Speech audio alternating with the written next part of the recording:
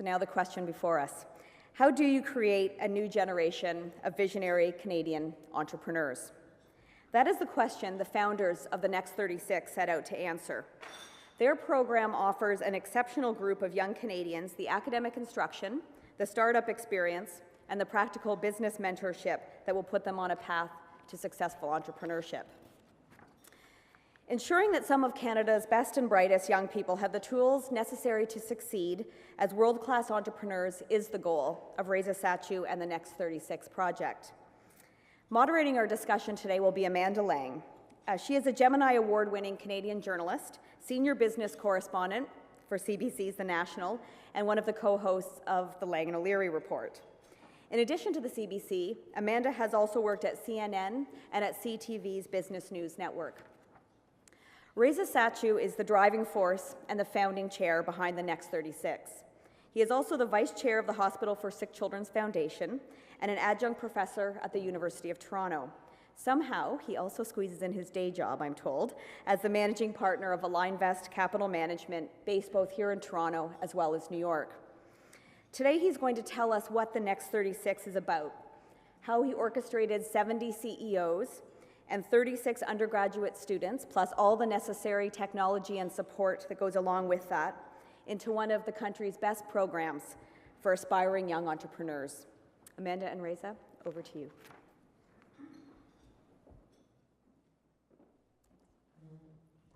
Thanks, Allison. And hello, everyone. I'm delighted to talk to Reza about this. This is a subject that is of utmost importance to Canadians.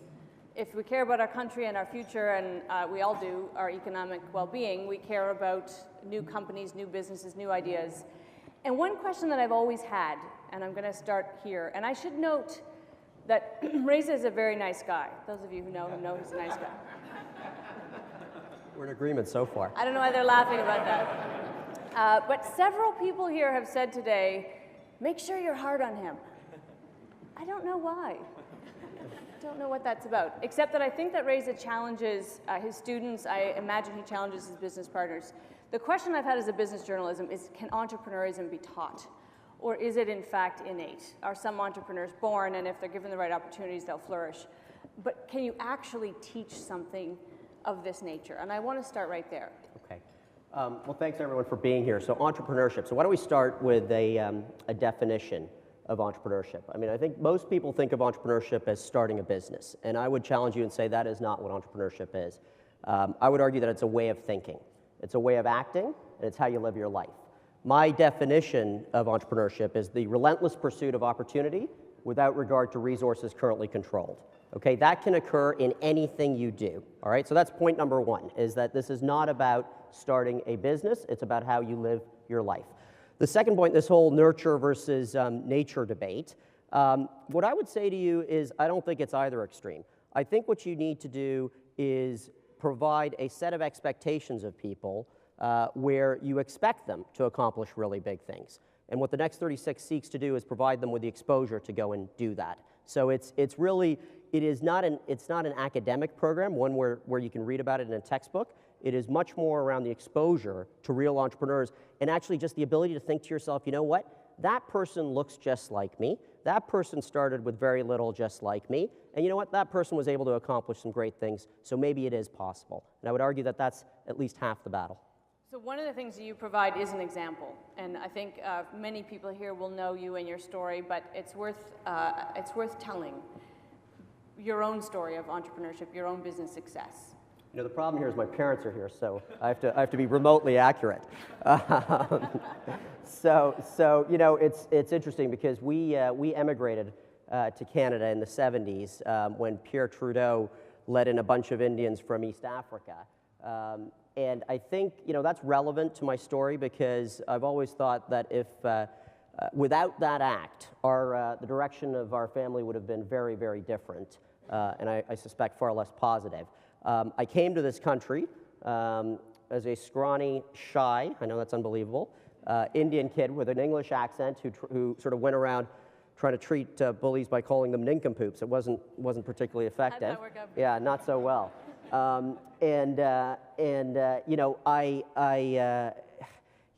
went to McGill, and really, I think this is where some of the seeds of the Next 36 came. When I graduated from McGill, I remember talking to my father, and we both said, all these smart kids from Harvard, Stanford, and Yale are going to Wall Street. How do we get to Wall Street? And I didn't know anything about Wall Street, and after about 200 rejections, I finally got a job offer down on Wall Street. And I'll never forget my first few weeks, because I thought to myself, these kids from Harvard, Yale, and Stanford must be so much smarter, right? They must be so much better educated. I mean, they sure act smarter. And what you realize is that the quality of the Canadian undergraduate system is just as strong as Harvard, Stanford, and Yale. But what these kids have are two incredible advantages, and I think it's the fundamental pillars for what Claudia, Jay, Tim, and I are trying to build, along with many of you at the Next 36, is they have two incredible advantages. One is, throughout their undergraduate career, they have exposure to leaders, right? This concept of leaders, not just academic leaders, but entrepreneurial leaders, business leaders, political leaders, and this gives them the second thing, which is an expanded set of expectations. So they don't want to write a book, they want to win the Pulitzer Prize. They don't want to become vice president of engineering at a company, they actually want to create the next big thing. And so I think that this concept of expectations and exposure really stuck with me, and I had the good fortune of building some businesses in the US, and when I came back to Toronto, I guess about 7 years ago, I was walking along St. George Street, thinking about this, and thinking about why is it that the kids that I had gone to high school with and to university with here in Canada seem to have had less impact. Not measured by money, just in terms of freedom and impact.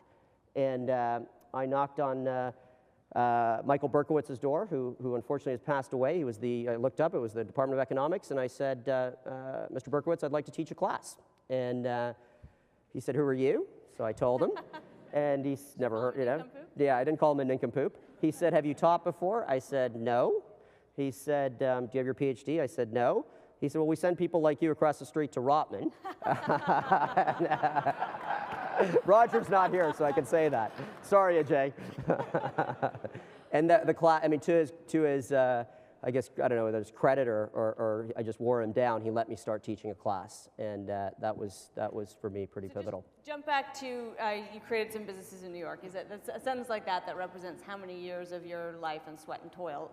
What's the sort of biggest business? What's the one that was the real difference for you? So I think probably the most interesting business was I went to business school and then started working in a private equity firm, and our biggest investment was in a company called Simmons, the mattress company. And the problem with what we'd done with the mattress company was we had extended the life of these mattresses. We'd competed on sort of life of mattress without capturing any pricing increase, so it suddenly became all about cost. My brother at the time was also, he was at Harvard as well, and so we came up with this idea of a supply chain software company focused on direct materials, coils, springs, and those sorts of things. And we ended up, my brother had a very similar background to me in that he was on Wall Street and then had gone to HBS. We ended up raising money from Sequoia, KKR, Onyx, Madison Dearborn, all these fancy people. And so I often get the question, people say to me, well, why did they give two kids, we were 28 and 29, all this money? These sophisticated investors give you this money, given that you knew nothing about technology. And what I say is I think they saw two Indian kids across the table and just assumed we knew something about technology. So we took it. So that business was a success. And okay, this is going to be the toughest question I'm going to ask you. Right. Flagging it for the room. This was in the .com era. Yes. So is this kind of being born on third and thinking you hit a triple? Well, I think... Tough question, right? Yeah, I think what I would say is it happened fast. Yeah. Although what I would say is that look, I think I saw my parents at a very early age work really hard, right? They took much greater risks than either my brother or I took in terms of coming to this country and building a life for us. So, I always have that perspective or that advantage of having seeing them work really hard to get things done. And so I don't think it necessarily, it was a culmination of many years of effort in terms of doing things, in terms of having expectations set by my parents that were very high, and of trying to meet them and not always meeting them, such that when I was put in a position where I thought I could capitalize on something, I think I had the confidence to go and do it. So if there's that defining moment where you're on St. George Street, you think, I want to do something. Right. When was the next 36? When did it gel into this thing that you want to do? So I taught the class for about 5 years, and one of the great mantras of the next 36 is you've constantly got to be seeking positions of discomfort. Okay, I could teach this class with my eyes closed at this point, and yet it was still getting rave reviews, which David I think must say something about some of the professors anyway. See, he can't defend himself, so I can say this. And so I actually, to David's great, David, I called David and I said that I'd like to meet with you. And he asked me, he said, well, can we expand the class? Can we do something else? And I will tell you that without David's support around this crazy idea, it never would have happened, because it is a pretty unconventional idea. And the next thing that happened, and it's, the next 36, I think, I've been involved with many startups. There's none that I'm more proud of than this one, because it really, it is as strong as any startup in terms of execution. And perhaps the most important thing I think most entrepreneurs in the room would agree with is you got to have the right team. You got to find people who are partners that have complementary skills. And Ajay Agarwal, who's the Peter Monk Professor of Entrepreneurship, Claudia Hepburn, who had many years working in education, I don't know where Claudia is, there she is the executive director, and then Tim Hodgson, who at the time was CEO of Goldman Sachs. We came together and said, let's try and create something that's really going to be impactful and that will hopefully solve the prosperity gap that we have in Canada. And so the first batch, just take us back to the first batch of kids. And you want to share the knowledge that you've won, but you've learned it over many, many years, different experiences. How did you think about kind of translating that to this group? Yeah, so I will tell you the greatest, we'll talk about the program, and I think you'll all be astounded at what these kids get, okay? I mean, they get $50,000 to start a business. They get the top entrepreneurship professors from Harvard, Wharton, Georgetown, Rotman, Ivy, flown in to teach them. They get mentors that are sort of people at the highest levels of Canadian business, the CEOs of Canada's largest companies, to spend real time with them. Okay, this is a pretty good proposition. I mean, it's a pretty phenomenal proposition. So what I say to people is the actual students, and hopefully we'll have a chance to hear from a couple of them, are phenomenal, but I expect them to be phenomenal because the proposition is better than any entrepreneurship program globally, frankly. And in terms of what I think we deliver, it is as strong or better than anything that Harvard does or MIT does or Stanford does. And so when those first set of applications came, and there were over 1,000, they were really impressive. And the challenge for us was making sure that these kids come in really hungry and go through some real discomfort, and they learn to fail for the first time in their lives, and they come out much stronger. How do you measure the success of it? Okay, so this is an interesting question. So I would say to you that the short-term success, which we're less focused on, but because we are all business people, we need something to measure us on, is the success of these businesses that they're creating, okay? And over time, we'll see how they do. But I would say that the reason so many people are involved in this program is because of the long-term success of the program, long-term goal, sorry. And the long-term goal is nothing short of increasing the prosperity in Canada. So one of the big problems, and I was just talking to Dr. Naylor about this, is that the prosperity gap between Canada and the US is increasing. It's increased from $2,000 per capita 20 years ago to $10,000 per capita. The problem isn't the median worker. The median worker is as productive in Canada, I believe, as the median worker in the US. The problem is the right tail, okay? The problem is there are far fewer Googles and Facebooks being created here, all right? So what we have to do as a country is figure out how not to lose the floor, have the floor be where it is, okay, but increase the ceiling, okay, and dramatically increase the ceiling. And so what we're doing is this program is focused on that right tail. Those students that we think have remarkable potential to build something of real significance over time. And I guess, what we're confident about is that when they are ready to build something, the reason they will build it is because of the experience, the exposure, the relationships that they built through the next 36. And so that will be the true measure of the success of this program. There are students here. Yes. Do you want to talk to them? Sure, let's talk to them. So others who know me know how hard it is for me to sit down, so I'm going to stand up here. Okay. So let's bring up Gideon, Iran, and Jane. Come on up. Come on up. Come here. Oh, sorry, Aiden. I'm sorry. I was thinking of your teammate. Sorry, Aiden, Iran, and Jane. Okay, Aiden. So Aiden, why don't you talk about your greatest challenge? Aiden's an alum of the Next 36. He's busy building his business, which he will talk about. One of the things that we try and do at the Next 36 is react to, be very flexible in terms of reacting to competitive forces. So why don't you talk about your biggest challenge? Yeah, my team and personally, my biggest challenge with the Next 36 was actually getting into the program. I was rejected from the program at first. Reza mentioned before that 1,000-odd students from across the country applied. 64 were brought into Toronto to be at the finalist selection weekend. 36 were selected, and my partners and I were not them. So what we do is, sorry, go ahead, Amanda. Well, it kind of raises the obvious question of why you're here. It's not as good looks. It's true. Iran has that one. What got us in was the fact that, like Reza said, the relentless pursuit of opportunity without regard to resources currently controlled. Stalking? Just shy of.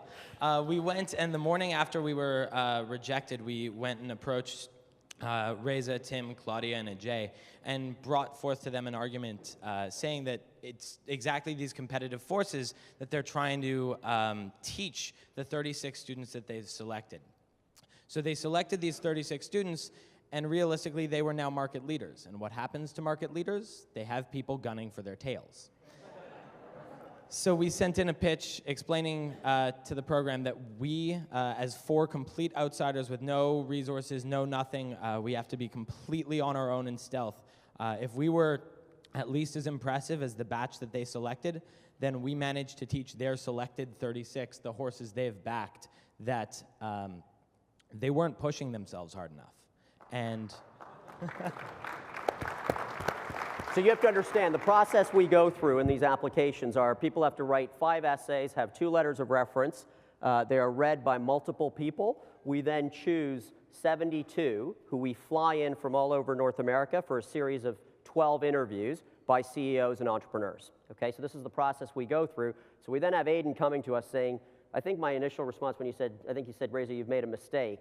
I think I probably kicked you out of the room pretty quickly. But he came up with a very comprehensive and creative pitch, which enabled us to let him in the beginning of the program in May. So why don't you talk a little bit about what your business is?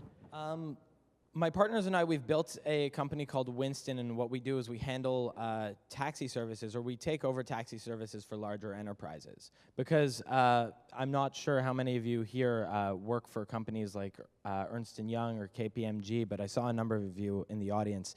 And one thing that you've probably used in your life is a taxi chit. Now, your corporate travel executive absolutely hates these. They're so inefficient, there's no transparency, there's no accountability with them. So what we've built is technology that integrates with large enterprise processes so that you can just click a button and know that your entire car service is not only reliably going to show up, but you can track where they are, ride in a limousine, and end up paying automatically with a detailed email receipt that you will never, ever lose before you manage to get your money back from the company. It's an app.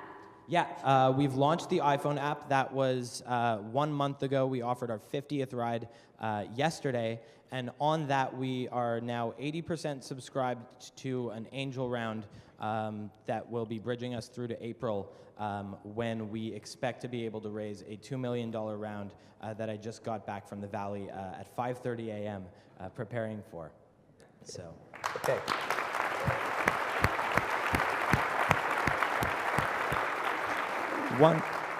One final note, Reza's not in that yet, and neither are many people in this room, so. Okay, gotta ask for the order. Okay. There's still time. Okay, Iran. Iran, why don't you talk a little bit about your experience and what you're up to? So for me, I arrived to Canada 4 years ago, and I couldn't really speak English then. And starting the program, getting into the program a year ago, was really a challenge because once I started the program, they really wanted us to pitch immediately to investors who are sitting in front of you. And I remember right after selection weekend, we had this day where we were supposed to present an idea, and everyone had to speak, and everyone had to present as well. and you sit down and it's like Dragon's Den, but instead of 4 of them, 5 of them, you have like 20 of them sitting in front of you, and they're all just staring at you, and they have really good questions, they're pretty smart. So hopefully they were. So really the program kind of pushed me to try to do new things, to be able to control what I'm saying, to control how I do it, to control how to present, and really stand in front of a crowd and pitch your idea. And we did that. I have my co-founder, another co-founder, Gideon Hayden, here in the crowd, and we went to Silicon Valley together. It was a month ago. We went there for a week to just see what's happening there. And same as Hayden, it was a great response. And we're going to be mentored by one of the VC firms, Triple Point Ventures, and another program for 2 months to try to push us forward and raise a round A at the end. And what does the company do? Our company, it's called Tradio. It's a social marketplace. It's the trustable and social way to buy and sell classifieds. You can use your mobile to upload items, so it's very, very quick, very intuitive. And then it places them, it geolocates them at a location, and use the camera, of course, of the phone to upload them. And you have a person who you talk to, who you trust, and you know who they are. So just for example, if Reza has Facebook, for example, if you have Facebook, so I'll see Reza's picture, I see the items he has, all his inventory, his name, and how many mutual friends we have. And that's going to build my trust, especially now when Craigslist and other platforms are just going a bit down with a lot of their trust. And Iran, let me ask you this question. What has the Next 36 done for you? I mean, I remember when I met you, Iran came to us from U of T. He had a 4.0, straight A's from computer science. What has this program done for you? I think that the program did for me 2 main things. The first one is really the exposure that I didn't expect at all. We got a lot of support from our mentors, from the teachers in the program, for everyone involved. Charles is sitting in the crowd. He was our direct mentor. Just for example, he spent a lot of Sunday nights inviting us to his place, getting to know his family, getting to know his brother and everyone, and going over the model with us. And that's just the beginning. Like, it ended up by us going to his farm for the weekend to work from there. And that's kind of how dedicated the program was towards us. And that's the first aspect. The second one is really how they pushed us forward. So we used to go to class at 8:30 a.m. in the morning, all of us together from the same building at U of T, and end up class at 5 p.m. every day. And it was really amazing how everyone was dedicated to just teach us constantly for 4 months, 8 hours per day. And afterwards, sit down on the venture and get even more mentorship and more exposure, trying to launch something to the crowd pretty much. So the program really raised expectations, pushed us forward, everything in a very tense amount of time, and the mentorship, definitely. I think if you think about this program versus a business school program, there are 2 meaningful differences. One is this concept of mentorship, which people talk a lot about, but I think that it should be measured in hours, meaning actually who are the people being the mentors and how much time do they actually spend. And I think on both those dimensions, we do a lot, and really it's the mentors who do that. And then the second thing is they get real money, right? They're getting $50,000 from real investors to build a business, to actually go out and think about how to capitalize on a market opportunity and bring a product to market, okay? And that is something that most business schools just can't do because they have too many people, they don't have the infrastructure in place. What I will also tell you, the reason this is important is if you look at the top 10 wealthiest people, okay, or if you look at the most valuable companies that have been created over the past 10 or 15 years, they are not created by people who look like us, okay? They're created by people who look like them, okay? That's who they're created by, all right? Zuckerberg, Gates, Dell, all these guys, they all started when they were at this age. And we have to change our culture here in Canada to realize that this is when it happens, especially in this kind of an environment. Okay, Jane's the new one. Jane has recently been selected after a pretty grueling weekend. So what do you think of all this, Jane? Well, when Reza says recently selected, I'm definitely very fresh blood. 2 weeks ago, actually, got into the Next 36, and I'm excited. I'm a little bit intimidated having Aiden and Iran standing beside me, and they were literally in my shoes last year, so I'm really, really pumped. But I think it's just kind of surreal. If you talk to some of my colleagues in the room or students across campuses across Canada, I think a lot of us have a pipe dream of starting a business someday, somewhere down the line. And with the Next 36, it's truly incredible to be able to start now and be an entrepreneur. So I look forward to getting my hands dirty. I think Claudia, Tim, Ajay, and Reza have given me the opportunity of a lifetime, and I intend to take full advantage of it. So yeah, I'm looking really, really forward to the adventure to come. That's an extraordinary concept that you two guys a year ago were in this program, and now you're flying down to Silicon Valley and asking people for real money. That's, I mean, to me, can you see yourself, Jane, a year from now doing that? You're on a plane to Silicon Valley? Yeah, I'm thinking even higher. No, I'm kidding.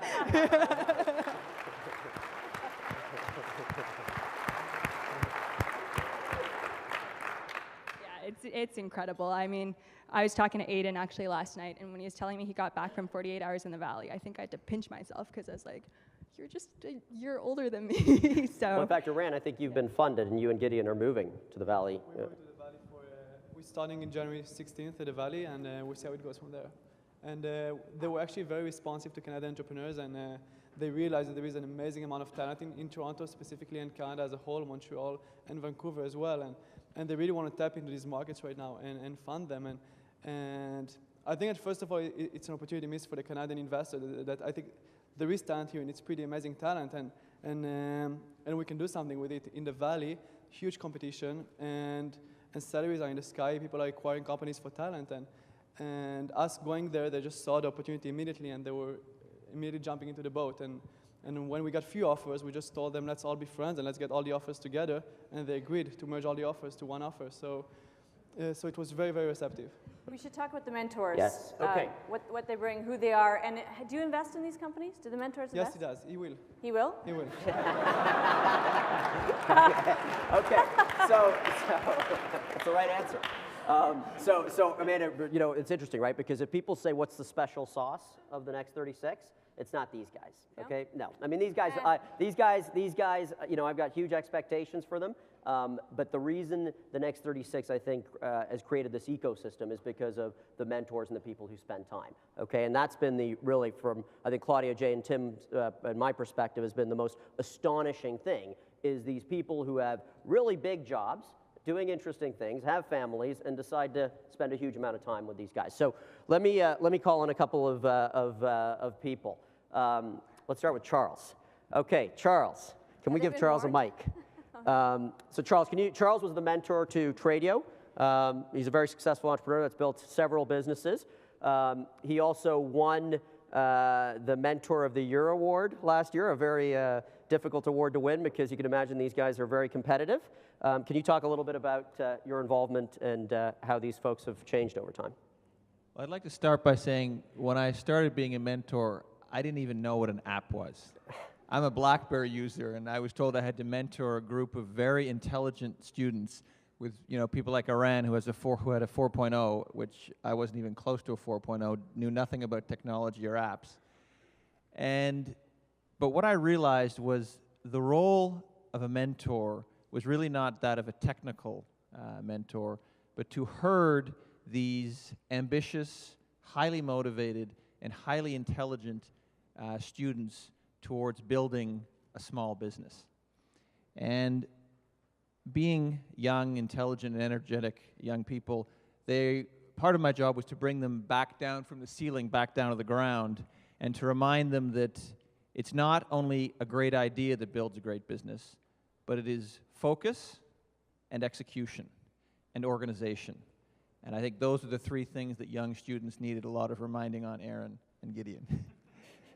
But over the course of the year, they have been incredibly impressive and focused on one idea and brought it through to completion. And as Aaron said, for me, it's kind of like being a parent and watching your child grow. And they've now grown out of what I can probably help them with and have moved on to Silicon Valley, where they're going to be mentored by proper mentors in the app world who actually know what they're talking about. So it's a very proud moment for me to hand over. I will stick around, but to hand over to professionals in Silicon Valley. And the final thing for those business people that are out there, I'd like to tell you two final things. The Next 36 is one of the most impressive not-for-profit organizations in Canada. And the 4 founders have done an incredible job of building something from nothing to what it is today. And secondly... This is going to cost me. This is going to cost you. But secondly, from a personal perspective, being a mentor has without a doubt been the most personally rewarding job that I've done in a not-for-profit organization. And if there's anybody out there that thinks that they want to try and help Canada bridge that gap with the United States, being a mentor is critically important to our success as Canadians. Thank you. Thanks. You know, Amanda, I wanted to, one of the things that happened last summer was we had Galen Weston, Jimmy Pattison, and Paul Desmarais, 3 of Canada's sort of most esteemed business leaders, come together for the first time and become founding patrons of the Next 36. And that meant that they host events, they've given us money, and they're supporters of the program. And I think the reason why they did it isn't because there are 36 kids that are going through the program, but because their hope and expectation is that this will have something to do, something positive around our country. And so another one of our mentors who I know is a big believer in this is John Kelleher. And maybe, John, I mean, I ask you this question only because you know, you're running a big business and you've spent a huge amount of time on the Next 36. And what's the motivation behind all that? And then also, John is the mentor to the other 4. And I remember asking him, once I had this problem of letting in these 4, to be the mentor of this group. And so I'm curious why you took on that challenge. Well, it's actually a funny story because I was actually in Reza's office on the day all of this happened, and it was complete serendipity because Reza said, I've got an extra team and I need an extra mentor. And so I asked him to tell me the story again, and I said, tell me how these 4 kids convinced you guys to let them into the program when they were out. And Reza told me the whole story, and I said, that's the team for me. Those are the 4 I want more than any other. And so we started an amazing journey on that day that's just been a great opportunity. And I think we conceived of ourselves as the outsiders from day one, and I think that's had been a huge factor in our success so far. So it's been a lot of fun. On your second question, quickly, I mean, for me, my motivation for getting involved in this program is all about Canada. It's what you referenced earlier. It's the prosperity gap. We've got this persistent gap in between the wealth of Canada and the US, and this is the way to solve it. And it's been really interesting to watch these kids for the last year because instead of getting excited about getting a job, this program has created an excitement in these kids to take a risk. And it's a profoundly different orientation, and I'm really excited about where we can take things going forward. That's the reason I'm involved. Thank you. Can I keep going? Let the kids come in. Yeah, you guys can sit down. Okay, so we have a new mentor. Amanda, I may just like, this is, you know, You're this is, loving this, yeah, aren't this you? is great. You're fundraising, they're fundraising. Yeah, it's fantastic. I don't know Everyone's, what I'm getting out of it. yeah, we'll figure that out. I don't know. Okay, we've got a new mentor who I'd like to call on, who I think, you know, we try and get these mentors and we probably don't tell them exactly the truth about how much work they have to do, but I think now you're in it. So I don't know, is Julie here? So Julie is a great real estate entrepreneur who has just signed on, Amanda, to be a mentor to one of these teams. I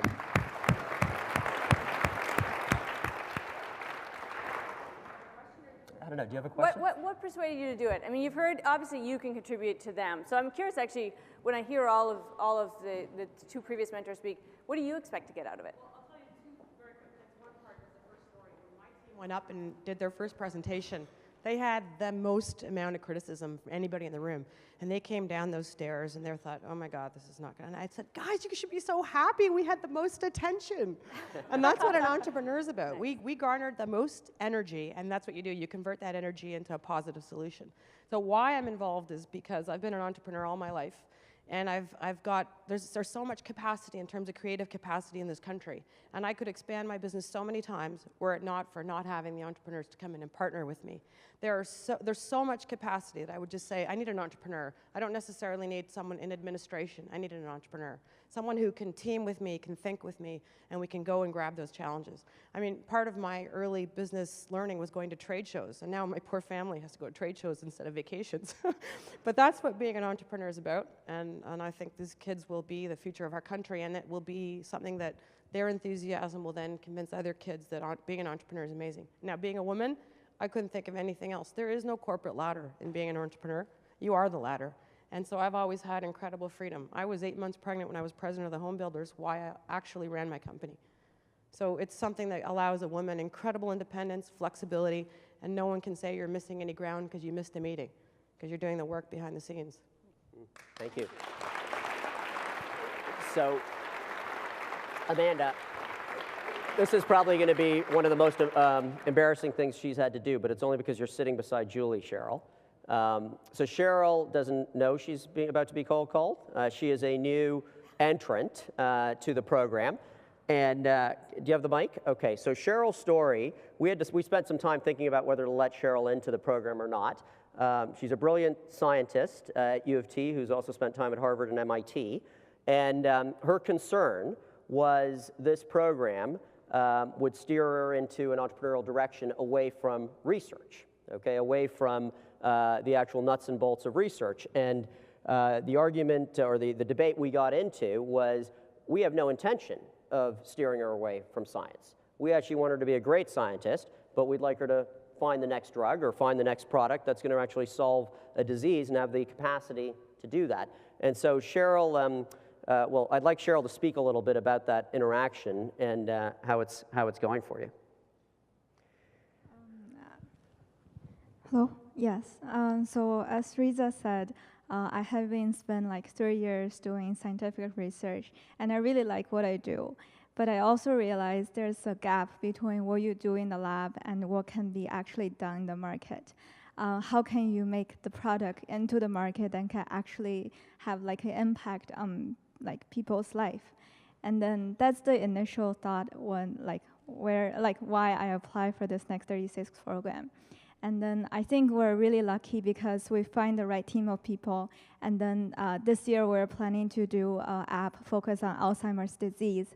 We really hope that like a mobile application can not only benefit like people sitting around here, but also people that are in the hospital, the people that need care. And maybe it's a way that can help their family or their kids to take better care of their like father or like parents. So I really thank Reza and the Next 36 committee for this opportunity, and this will be something. This will be something later on. Like it can help me, like to actually once I have an idea, I'll able to make it into a reality. Thank you. Congratulations.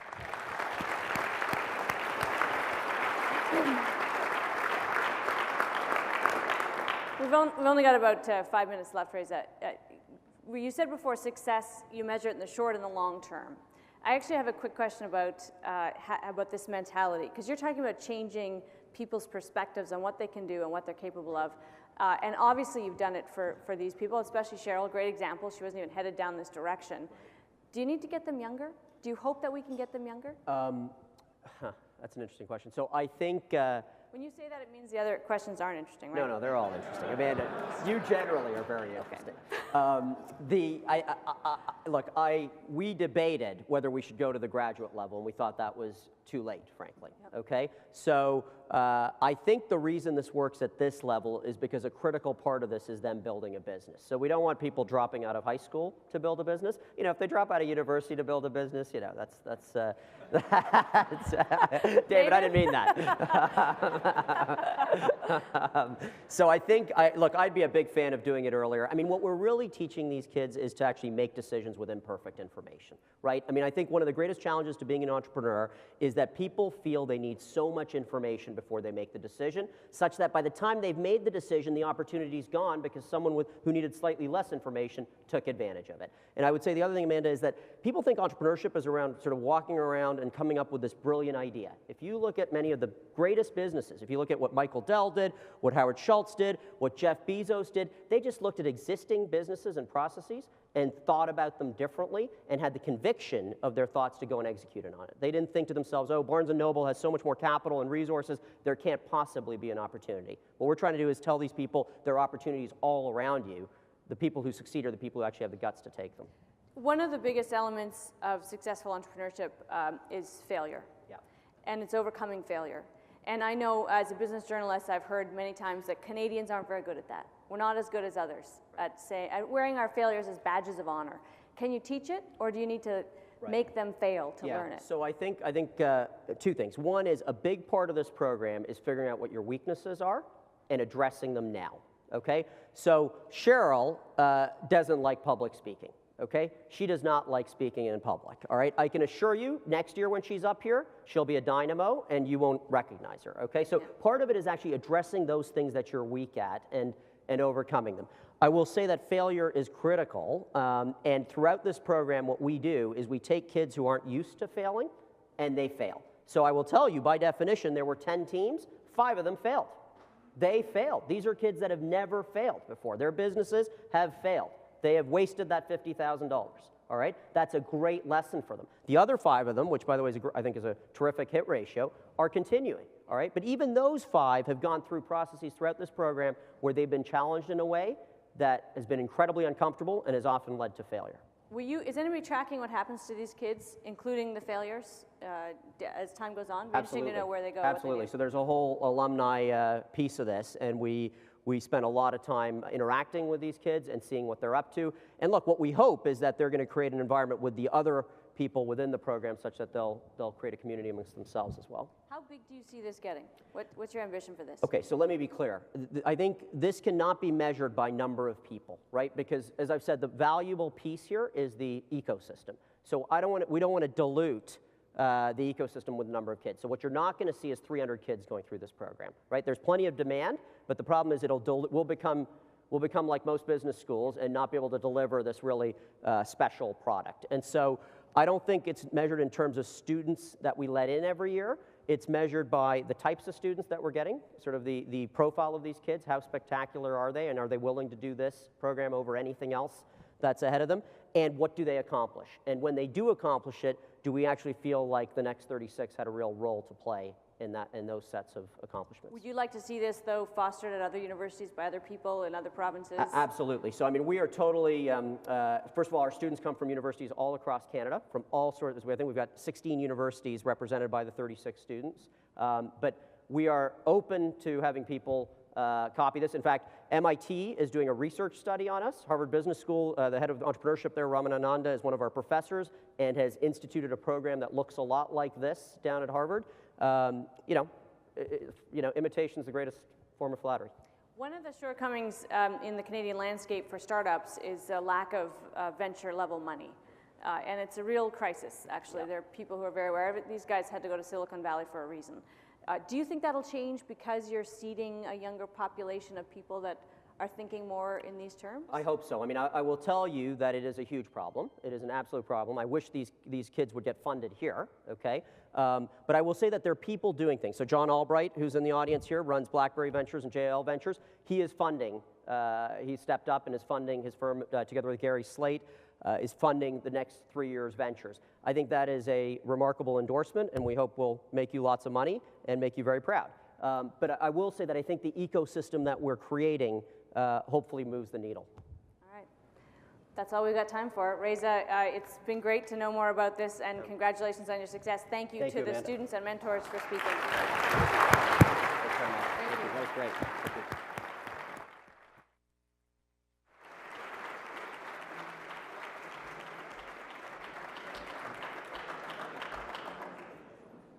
Good afternoon, everyone. My name is Gordon Rahman, and I am the Vice President of the Canadian Club. I want to thank both Amanda and Reza for what has proven to be a very interesting and informative discussion. Reza, the work that you are leading with your group of CEOs and students is perhaps more important now than ever. The challenges facing young people may be greater now than at any time since the Second World War. Unemployment rates are high.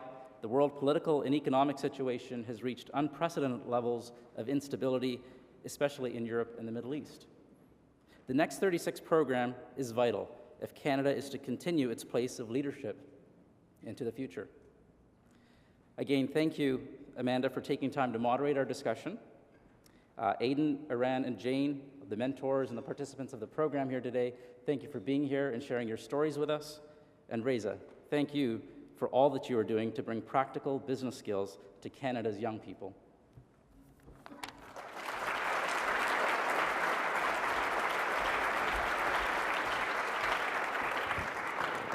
Well, thank you, Gord. I'm feeling very inspired as I go forward into the weekend, so thank you to everybody, Amanda, Reza, and all participants for being here today.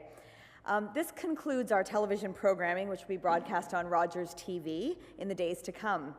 We are very grateful to Rogers TV and to 680 News for their continuing promotion of Canadian Club events. To learn more about the club and our upcoming events, please visit us at www.canadianclub.org. And thank you again, everybody, for joining us. Our meeting is now adjourned.